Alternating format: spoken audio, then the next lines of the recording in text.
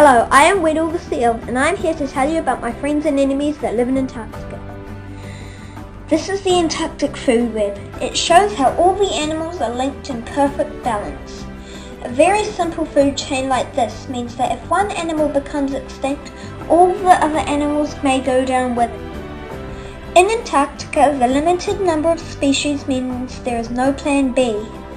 Other, more complex food chains are more resilient. The scariest animal in Antarctica is a mammal, the orca, or killer whale. It is a carnivorous predator at the top of the food chain, so nothing eats it. It eats my friend the penguin, fish, squid, and it also eats me!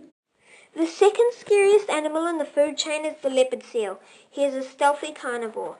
You would think us Weddle seals would be friends with it, but this seal has very sharp teeth which are used for eating fish, birds, penguins, and krill. The leopard seal won't try to eat me, but will try to eat my babies or my friends if they are slow or sick. You would be wise to stay away, as they have been known to attack people. This is my favourite animal in the whole Antarctic food web, the Weddle seal, me! There is around 800,000 of us, and we live further south than any other mammal. We are carnivores and consumers. My favourite food is fish, lots of fish, and crunchy little krill chips. And sometimes, don't tell anyone, but I will eat a penguin. But the feathers get stuck in my throat. The Antarctic skua is a bird, also known as the brown skua. It is a predatory carnivore. As a scavenger, it will steal the prey of other animals and will eat carcasses of dead animals. It's an aggressive consumer and will take chicks of my friends the penguins or other birds. It has no predators. They're lucky. In Antarctica there are 4 types of penguins, but my favourite is the emperor penguin. They are friends, but when they're naked, they're tasty. Penguins are consumers who are carnivores. They mostly eat fish, but also sometimes eat crustaceans such as krill and cephalopods such as squid. The emperor penguin has to look out for the hungry leopard seals. Pelagic fish are yummy. They live near the surface of the ocean at a depth where they are easy prey for seals like me and penguins. These fish often live in schools of many tons of fish. Some eat seaweed, algae, and plankton, while others eat small crustaceans and other fish, so they are omnivores and consumers. I saw a humpback whale breaching and slapping the water with its tail once. Adult humpback whales are huge and can be up to 16 meters long and weigh up to 3.5 tons.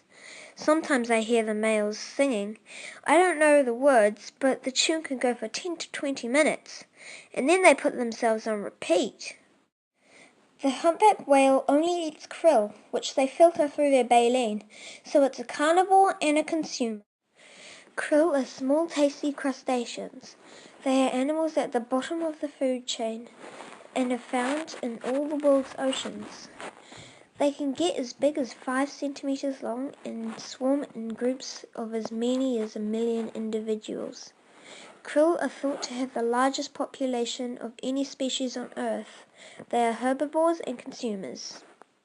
Phytoplankton is the most important plant in the Antarctic food web. It is almost microscopic, just a speck. It is important because it is at the bottom of the food chain, and if it gets destroyed, all the other animals will slowly get destroyed too. It is eaten by krill, it is a producer and a herbivore.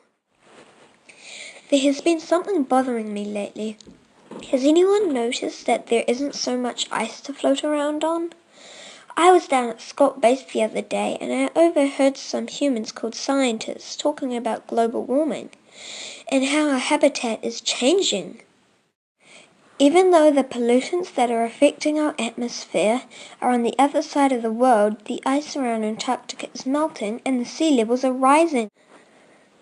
The environment that we animals have adapted to over millions of years is changing too fast for us to keep up. That's scarier than an orca. But back to the food chain. All of these animals fit together in perfect balance in the Antarctic. If any link of the food chain is disrupted, then all of the animals' survival will be threatened. Antarctica is one of the few places on Earth where there are few humans living, and it is protected from the damage that we do. The Antarctic Treaty regulates all activities in the Antarctic. It is signed by many countries and is the treaty that says the Antarctic belongs to everyone and is owned by no one. Now, if you think going down to Antarctica to feed or try and help the animals and plants is a good thing to do, think again. Tourism is one of the main threats in Antarctica. Last year, around 33,000 people visited it. Ships that can carry 500 people or more go to Antarctica, and most of these ships have unstrengthened hulls, so if they hit a rock or an iceberg, they will most likely cause an oil or fuel spill, killing or endangering animals in the area. It is important to know that in polar climates, oil breaks down 100 times more slowly than in warmer ones. I would not like to be swimming near those tourist ships when that happens. Also, if you're a tourist, you would probably want to go and see the animals. And animals such as the Adelaide penguin can get scared when they see humans, so they'll get as far away from you as possible, and that also means from their breeding or nesting grounds. The Antarctic Treaty ensures that all sewage and other bio-waste and rubbish from tourists and scientists has to be properly treated before being discharged. If sewage and food scraps can't be treated, ships have to carry it 12 nautical miles out to sea before releasing it. All rubbish non-biodegradable is supposed to be carried back to the country of origin for disposal. Antarctica is thought to have rich deposits of oil and minerals that may be very valuable. The Antarctic Treaty prohibits mining though. Besides, it'd be very expensive to get any minerals out of Antarctica. So come on everyone, help us out to keep Antarctica a sustainable environment, because all animals deserve to be protected, even ugly ones. You know who you are. No offense, Mr. Toothfish.